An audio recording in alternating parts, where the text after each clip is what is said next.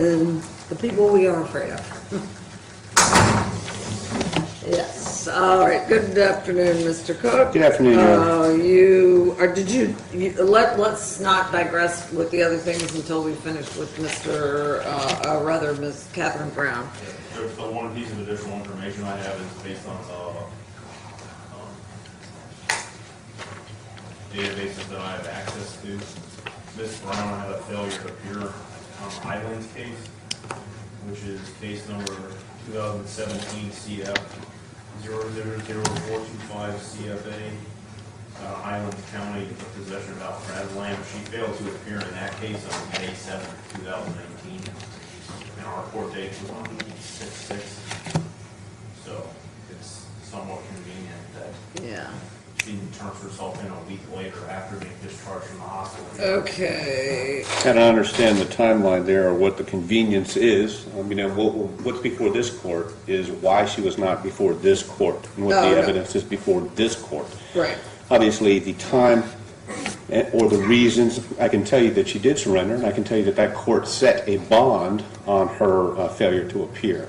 So if that court found that she was a flight risk, they wouldn't have set a bond if we're going to get involved in speculation. But what is before this court is the fact that she was in a hospital and she made good faith attempts to communicate that to the court. She did not willfully fail to appear, and I'd ask the court to recall the bench warrant so we can address these matters. Okay, Mr. Cook, I did go back and double check. We don't delete any email, any messages. Janie sits in here, as you know, on calendar call day. So Kim, the receptionist, takes all the messages and emails them to Janie. And we do not delete anything for that very reason, so that we can keep a record of when someone called, whether someone called, who called. So first we searched Catherine Brown, and then we said, no, you might have said I'm whatever, Joshua Brown, whatever. So she just pulled up Kimberly, the woman who's the receptionist, all of her messages from 6/6. Not a single one was from anyone named Brown or about Miss Brown. The document the court was Number reading two, from... excuse me, I'm sorry, number two. I have looked at the documents that you submitted, and on the top there are copies of prescriptions. One is for Mobic, 7.5 milligrams, 20 tablets, 1 tablet orally per day. And I have Googled it, and it is a non-steroidal anti-inflammatory. I happen to have a bottle of them in my cabinet. This is not a person who is incapable of walking. This is not a person who is incapable of coming to court. This is, and the other thing that she was dispensed was prednisone, oral tablets, 5 single tablets. Take 1 tablet per day for 5 days. And I have gone in to the doctor with sciatica to the point where I could not walk because of a back injury. And I was given you may be familiar with the med pack or whatever they call it, where it's like 7, 6, 5, 4, 3, 2, 1. That's like when you got a really serious, I am bent over and can't walk situation. Right. And 1 prednisone per day is not a serious, I'm bent over and I can't walk situation. Further, this indicates that her complaint upon entering the emergency room was back pain, lumbar, essential hypertension. And she was given, it says, she was private physician, see one within a day or two, reason if symptoms return. Further diagnostic workup, recheck today's complaints, continuity of care.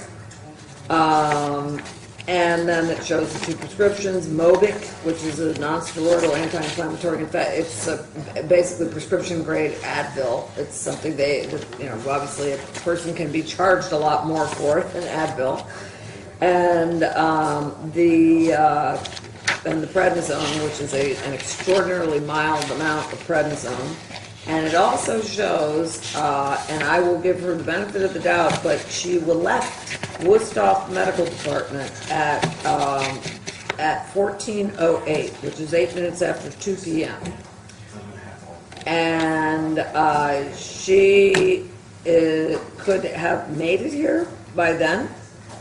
If she got it, it does not indicate that she was given an injection of any kind. It does not, it's because it says here, this is supposedly a complete record. It does not have an admission time. It does not have, the only time stamp that I find on here is the 1408, and it says that underneath the title medication reconciliation form. So, although they're discussing the medications, I'm assuming medications are dispensed at the close of their visit. But I must say, there is no record of her calling or him calling here. B, she was released by 2 p.m. Janie was here for 3 more hours to answer the phone, as was Kim. And also the medication that she was given indicates that this was not a severe or a significant, an acute condition that would cause her to miss court. As does the diagnosis, back pain, lumbar. Okay, you can diagnose me with that right now. Okay, I'm still here. I'm at work, like I'm supposed to be. And the fact that it was relayed to us on that day, and I know you did not represent her at that time, that she was turning herself in Highlands County, and the impression was, as we spoke, that she had elected to go turn herself in Highlands County instead of coming to court today, or that day rather, June the 6th, and then now we've got this other spin on the whole thing. And while I am not by any means saying that she didn't visit Woodstock on that day, I do say she chose to visit Woodstock on that day, and she chose not to contact this court and make a record of the fact that she had contacted the court.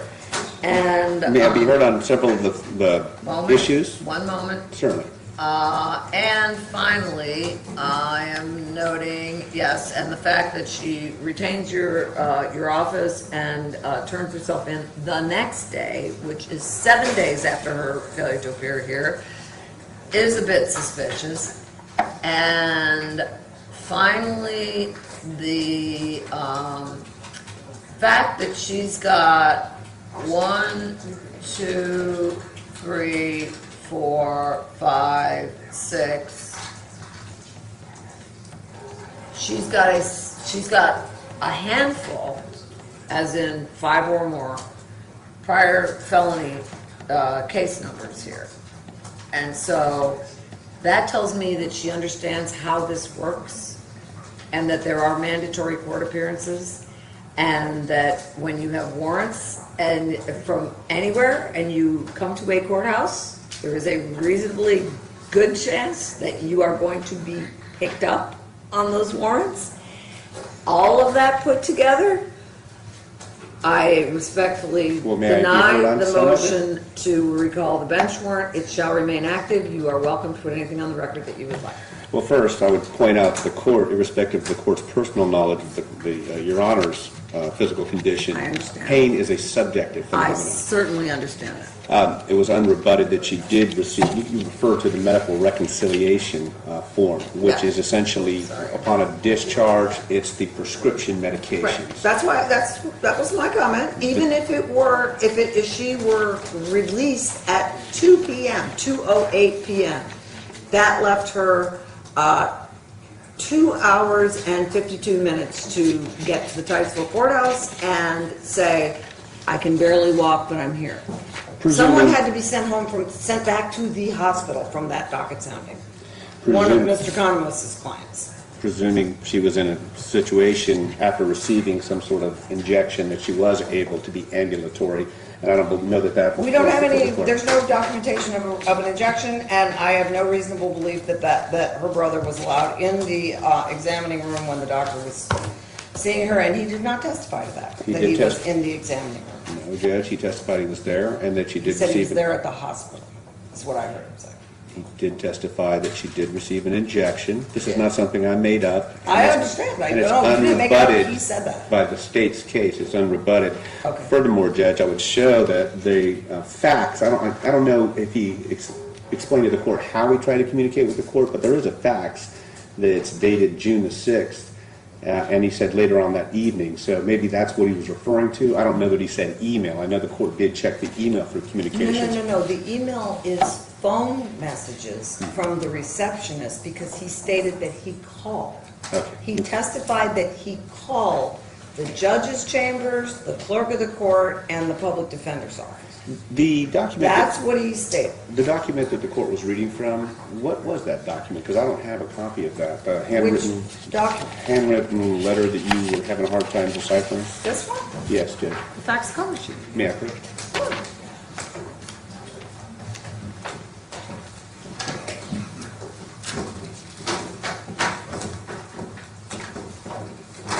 So this would have been the communication that corroborated his testimony as to communicating with the clerk, is that correct? He testified that he called the clerk of the court, that he said, I called the judge's chambers, I called the clerk of the court, and the office of the public defender.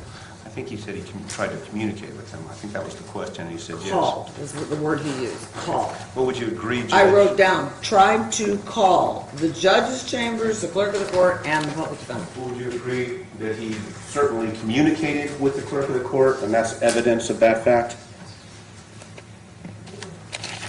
It doesn't, I mean, I agree that it appears he faxed something to the clerk of the court. And would you also agree that what he faxed to the clerk of the court appears to explain where his sister was and why she was there?